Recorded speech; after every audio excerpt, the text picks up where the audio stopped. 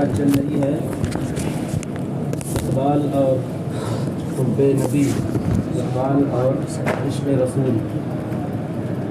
إنه لا يعلل انعقاد المسلمين بالفقر والضعف في المادة، بل يعلله بانطفاء تلك الشعلة التي التهبت في صدورهم، ويقول إن أولئك الفقراء المسلمين الأولين لما عرفوا كيف يقومون أمام ربهم في صف واحد استطاعوا أن يمسكوا بتلابيب الملوك، ولما انطفأت هذه الجذبة في صدورهم انطووا على نفوسهم وأووا إلى الزوايا والتقايا۔ إنه لا يعلل، علل کے معنی ہوتے ہیں سبب بیان کرنا، علل يعلل تعلیل، تعلیل وجہ بیان کرنا، سبب بیان کرنا۔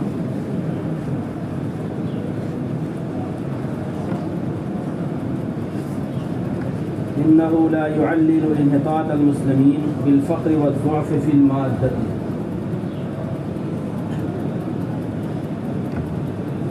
اقبال مسلمانوں کے انحطاط کی وجہ، اقبال مسلمانوں کے انحطاط کی وجہ مادیت میں کمزوری اور فقر و فاقہ نہیں بتا رہے ہیں۔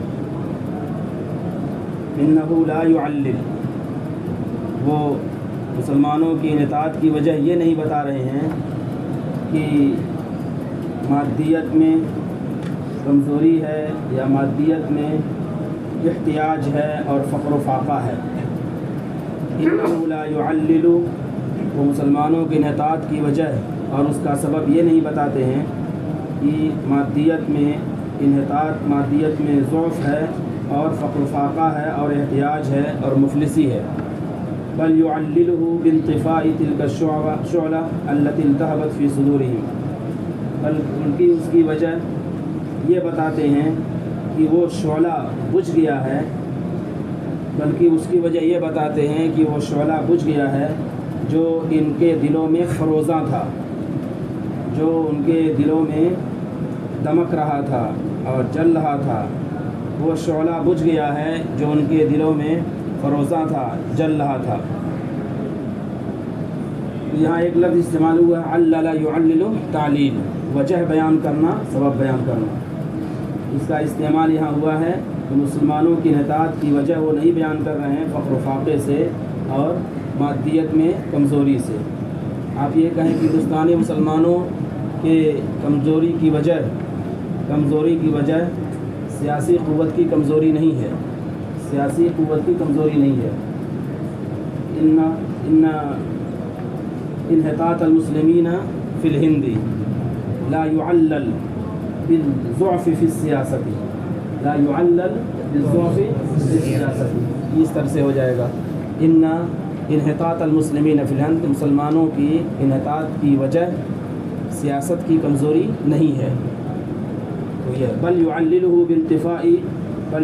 بانطفاء تلك الشعلة، بلکہ اس کی وجہ یہ ہے کہ وہ شعلہ کمزور پڑ گیا ہے، وہ شعلہ بجھ گیا ہے جو ان کے سینوں میں جل رہا تھا اور ان کے دلوں میں فروزاں تھا۔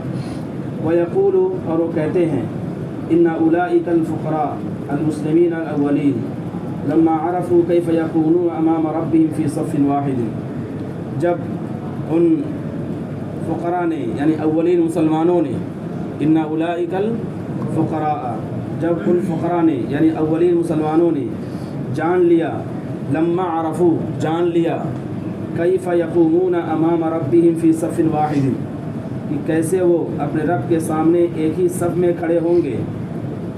جب ان فقراء نے یعنی اولین مسلمانوں نے یہ جان لیا کہ کیسے وہ اپنے رب کے سامنے ایک صف میں کھڑے ہوں گے، استطاعوا ان یمسکوا بتلابیب الملوک، تو تلبیب کی جمع تلابیب کے معنی ہوتے ہیں گریبان، تو بادشاہوں کا گریبان پکڑنا ان کے لیے ممکن ہو سکا۔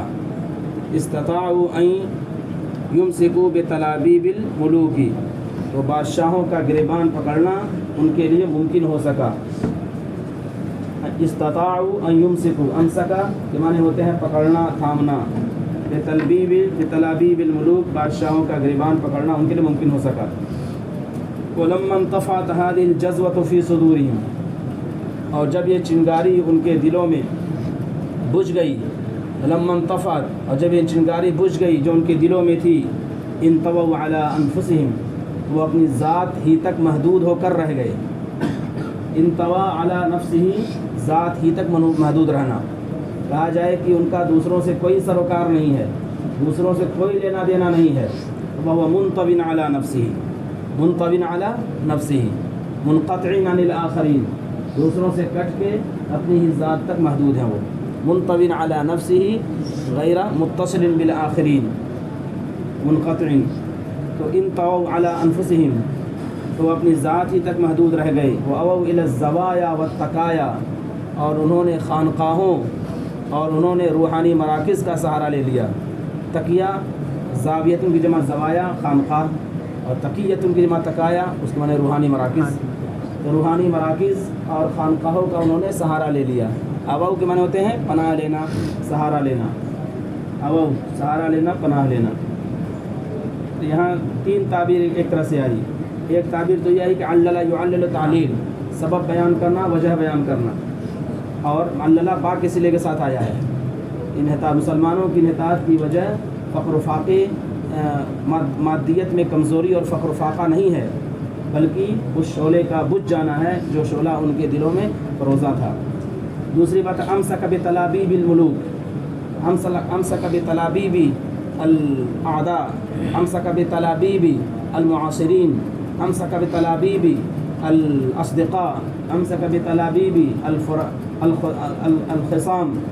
تو امسک بتلابیب گریبان پکڑنا، تو اس کے گرامر میں کسی کا بھی گریبان انسان پکڑ سکتا ہے، تو اس کے لیے تعبیر استعمال کر سکتے ہیں، امسک بتلابیبہ۔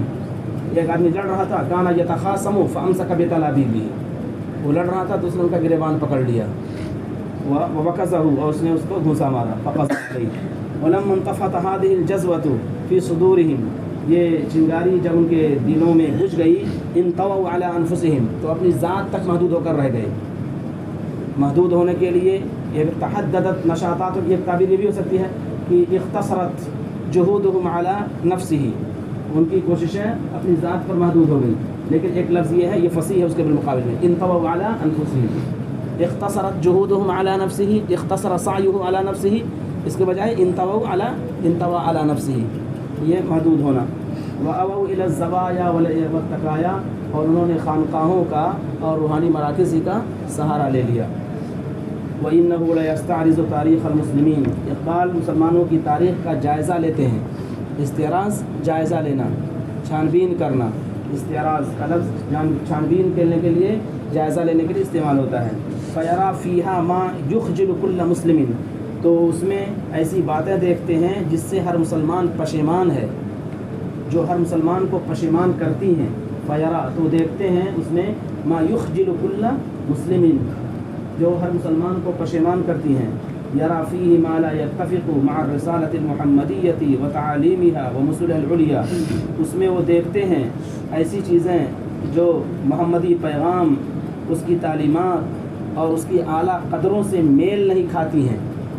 میل کھانا، متفق ہونا، اس میں وہ دیکھتے ہیں ایسی چیزوں کو جو متفق نہیں ہیں محمدی پیغام کے ساتھ، اس کی تعلیمات کے ساتھ اور اس کی اعلیٰ قدروں کے ساتھ، ومثلہ العلیٰ، اس میں وہ دیکھتے ہیں جو میل نہیں کھاتی ہیں، ما لا یتفق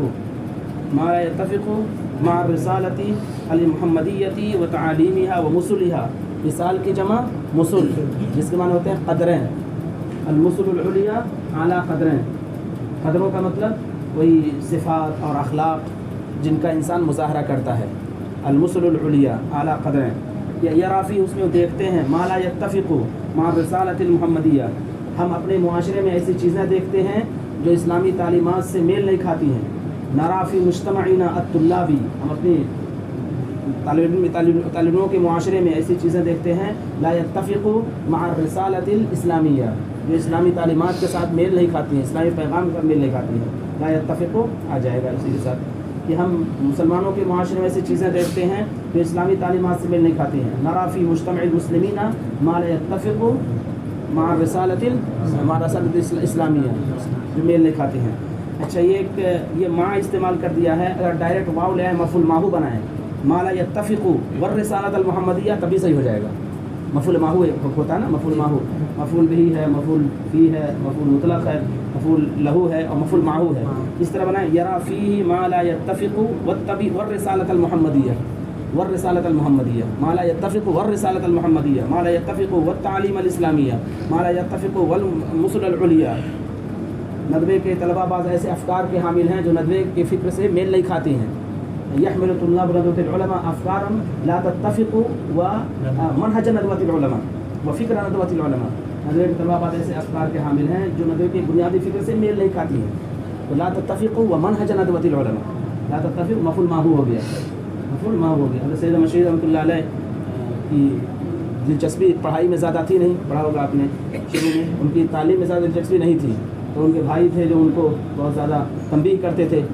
تو حضرت مولانا نے اس موقع پر جو تعبیر استعمال کی ہے, ان کے والد نے کہا کہ دعوہ وشأنہ, دعوہ وشأنہ, ان کو چھوڑ دو ان کی حالت کے ساتھ. واو کا استعمال وہاں ہوا ہے, دعوہ وشأنہ. اذا حبت ریح الایمان میں اگر آپ عربی مشق کرنا چاہتے ہیں تو اذا حبت ریح الایمان کا کوئی واقعہ لے کر اس کو پڑھ کے نقل کریں. چھوٹے چھوٹے واقعات ہیں, مولانا نے اسی لیے لکھا ہے اس کو کہ واقعات کی زبان کو ہم اس طرح پیش کر دیں کہ لوگ آسانی سے اس کو سمجھ سکیں. ایک کتاب ہے واقعات کی, ابو الفرج اصفہانی کی الاغانی, اغانی بہت بڑی کتاب ہے, 25 جلدوں میں ہے. تو مولانا نے کہا ہے کہ اس کو صرف اس لیے استعمال کیا گیا ہے کہ رقص و سرود اور ناچنے اور گانے کی مجلسوں کے لیے اس زبان کو استعمال کیا, عربی زبان کو, اور 25 جلدوں میں اس کو لکھا گیا ہے, 25 جلدوں میں. اور اس میں صرف وہی واقعات ہیں رقص و سرود کے اور ناچنے اور گانے کے اور خلفاء کے دربار میں انعامات سے نوازے جانے کے اور اس طرح کی چیزیں ہیں. تو انہوں نے کہا مجھے غیرت آئی کہ عربی زبان جو قرآن و حدیث کی زبان ہے اور اتنا اعلیٰ اور شفتہ زبان ہے, اس کو ان سب چیزوں کے لیے استعمال کیا گیا ہے. تو کیوں نہ ہو ہم سید احمد شہید رحمۃ اللہ علیہ جن کی تحریک کے ذریعے سے ایمان کی باد بہاری چلی, ایمان کی باد بہاری آئی, تو کیوں نہ ان واقعات کے لیے زبان کو ہم استعمال کریں.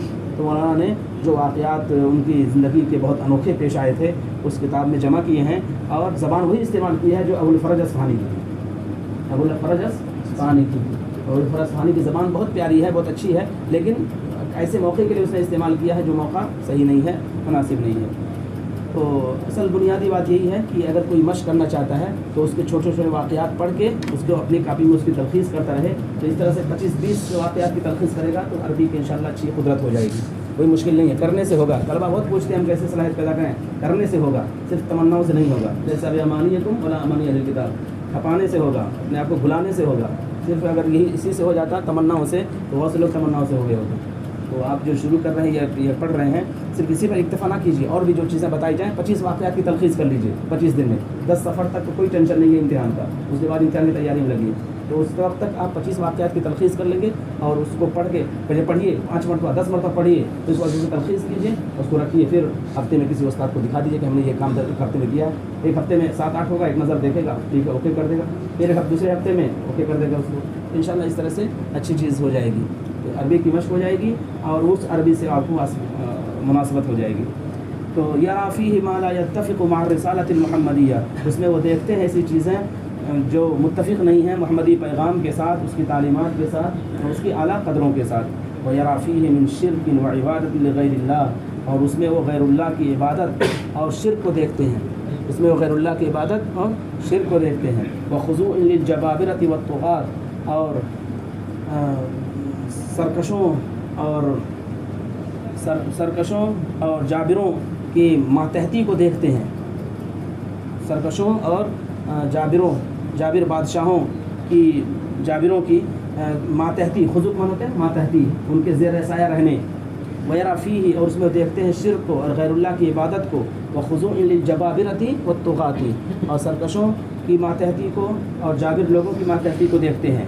ما یتندى له الجبین حیاء, جس سے ان کی پیشانی عرقآلود ہو جاتی ہے. ایک تعبیر ہے یہ, جس سے ان کی پیشانی عرقآلود ہو جاتی ہے. عرقآلود ہونا کا مطلب بالکل بھیگ جانا, پسینہ ہو جانا. تصبب عرقا, پسینہ ہو جانا, عرقآلود ہونا. ما یتندى له الجبین حیاء, جس سے ان کی پیشانی عرقآلود ہو جاتی ہے.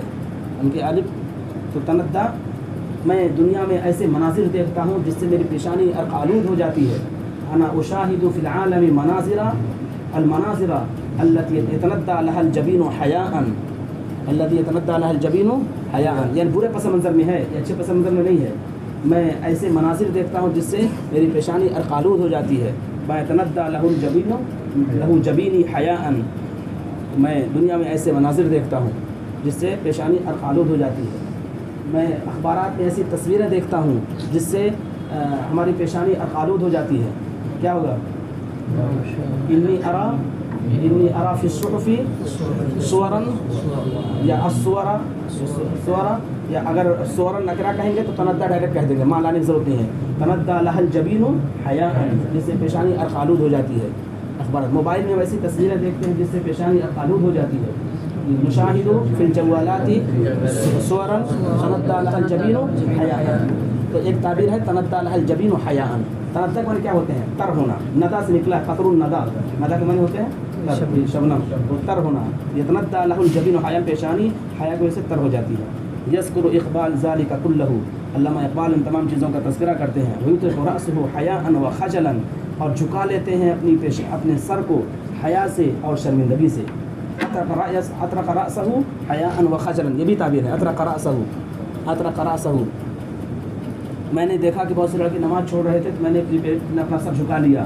رأيت بعض الطلاب قد تركوا الصلاة یا فاتتهم الصلاة فأطرقت رأسي حياء وخجلا. فأطرقت رأسي حياء وخجلا، یہ تعبیر آ جائے گی. میں نے اپنا سر جھکا لیا. میں نے دیکھا مسجد کے باہر بہت سے طلباء یوں ہی کھڑے تھے تو میں نے اپنا سر جھکا لیا. رأيت بعض الطلاب قاموا أمام المسجد فأطرقت رأسي حياء وخجلا. یہ سب منکرات ہیں، سب منکرات ہیں. یہاں تعبیر کے ساتھ ساتھ فکر بھی دینی ہے، تو فکر پہ بھی توجہ ہو. ہاں میں نے بتایا آج درجے میں کہ اگر کوئی یورپین پڑھائے گا، کوئی مستشرق پڑھائے گا، کوئی بات قاعدہ پڑھائے، نحو صرف کا قاعدہ ہی پڑھائے، تو سب سے پہلے وہ کہے گا کہ محمد نعوذ باللہ محمد کاذب و مشیل صادق. وہ نحو صرف کا قاعدہ پڑھا رہا ہے لیکن وہ فکر بھی دیتا ہے کہ محمد نام کے جتنے ہوتے ہیں سب جھوٹے ہوتے ہیں نعوذ باللہ، اور مشیل کے نام سے جتنے عیسائی یا جتنے یہودی ہوتے ہیں وہ سب بہت اچھے ہوتے ہیں. تو یہ نحو صرف کا قاعدہ پڑھانے میں بھی اپنا زہر ڈالتے ہیں. تو ہم لوگوں کو بھی یہ کرنا چاہیے کہ نحو صرف کا قاعدہ پڑھا، تربیتی باتیں سامنے آتی رہنی چاہیے جس سے منکرات کا ازالہ بھی ہو اور ساری چیزیں سامنے آتی جائیں. تو مثال کو مثال نہیں سمجھنا چاہیے بلکہ مثال کو تعمیر زندگی کا ایک مسئلہ بنانا چاہیے.